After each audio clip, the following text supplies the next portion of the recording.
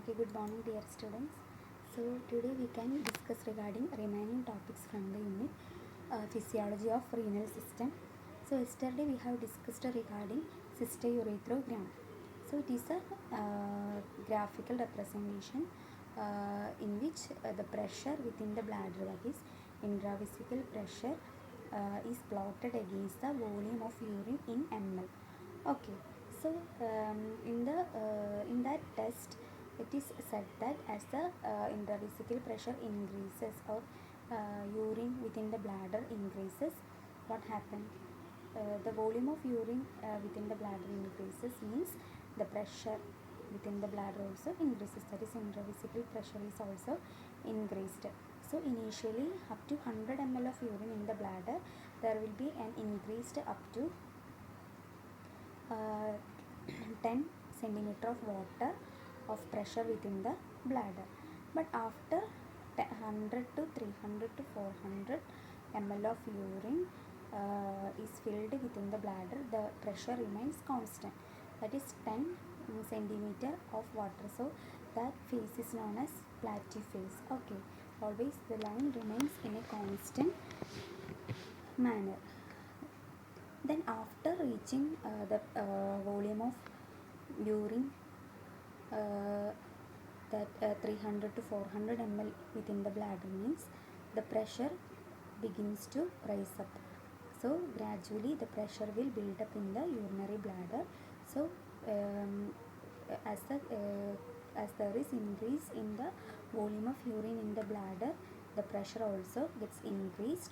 And when the volume of urine in the bladder is up to 600 or 600 to 700 means the pressure also increased up to 40 centimeter of water. So that's all regarding the cystourethrogram. Then today we can discuss regarding a short topic, that is renal clearance or plasma clearance. So plasma clearance is defined as the amount of plasma which is cleared of a substance in a given unit of time, and it is also known as renal clearance, and it is based on Fick principle. So plasma clearance means it is the required amount of plasma that is needed for clearing of a substance in a unit time. Okay, and otherwise its name is renal clearance, and it is based on one principle known as Fick principle. Okay, and there are some of the values or determination of clearance value for certain substance helps in assessing the following renal functions. So this assessment of this clearance value will helps in identifying some of the renal functions such as glomerular filtration rate, renal plasma flow, renal blood flow. So these are some of the renal functions which can be measured by using this clearance value, plasma clearance value.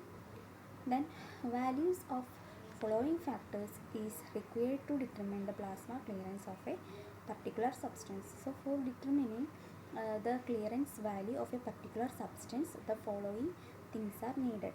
First one, volume of urine is excreted. That means how much ml of urine is excreted out. That is the volume of urine excreted. Then second thing is concentration of substance in urine. In the excreted urine, how much amount or how much quantity of a particular substance is included. So that value is the concentration of substance in the urine. Then third thing is concentration of substance in our blood or plasma. So these are the three important things which is needed for determining the plasma clearance value. So there is an equation for calculating this plasma clearance value, which is C, which is equal to UV by P, where the C is the clearance value, then U is the concentration of the substance in urine, V is the volume of urine flow, and P is the concentration of substance in the plasma. Then how we can measure the glomerular filtration rate?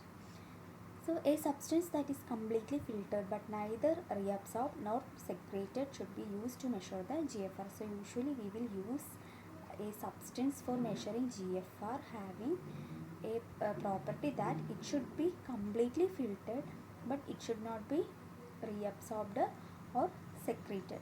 Okay, so such kind of substance we can be used for measuring the GFR. One of the ideal substance for calculating GFR is inulin. Okay, so that is one of the ideal substance because it is completely filtered in the glomerulus but neither reabsorbed nor secreted. So inulin clearance can be indicate that it is the GFR rate, the GFR value. Then next we can see what is inulin clearance or how we can calculate this inulin clearance. So a known for that we will inject a known amount of inulin into the body. Then after sometimes the concentration of inulin in plasma and the concentration of plasma in our urine and how much volume of urine is excreted are estimated. So in the equation we have seen that C equal to that means clearance value of a substance is equal to UV by P. So U means the volume of the concentration of substance in the urine. So here it is the concentration of inulin in the urine. So we should determine the inulin concentration in the urine. Then next is the V. V means volume of urine excreted. So that should be we assessed. Then next thing is concentration of substance in the plasma. So we should estimate the concentration of inulin in the plasma in case of this example. Then here an example is given.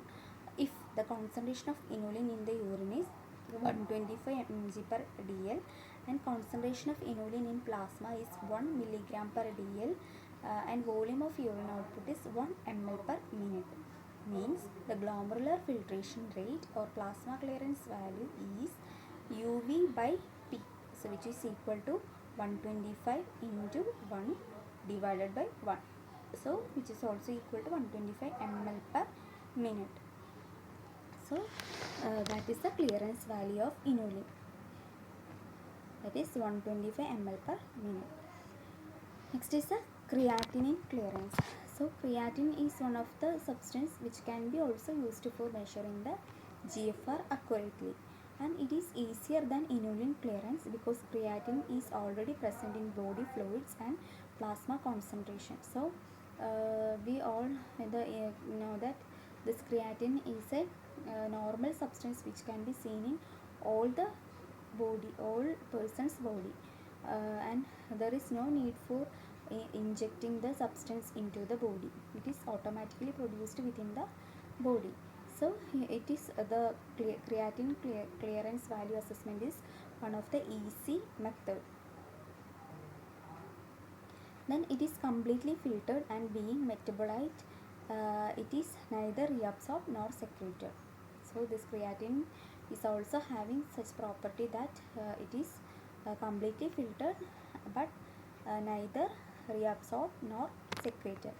The normal value of GFR by this method is approximately same as that of inulin clearance. So the clearance value for inulin and creatinine are same.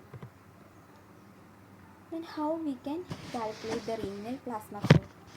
So we have discussed this earlier. So to measure renal plasma flow, a substance which is filtered and secreted but not reabsorbed should be used. So for measuring the plasma flow, the substance should be used which is having the following property, that is it should be completely filtered and secreted but it should not be reabsorbed in the body, should be used. And such a substance is para-aminohippuric acid. So we have already seen regarding that, and this pH clearance indicates the amount of plasma passed through the kidney.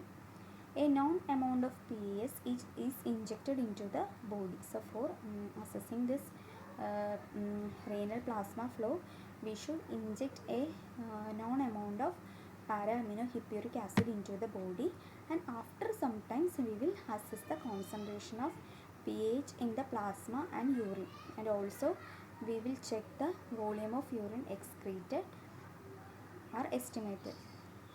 And here an example is given. Concentration of pH in urine is 66 mg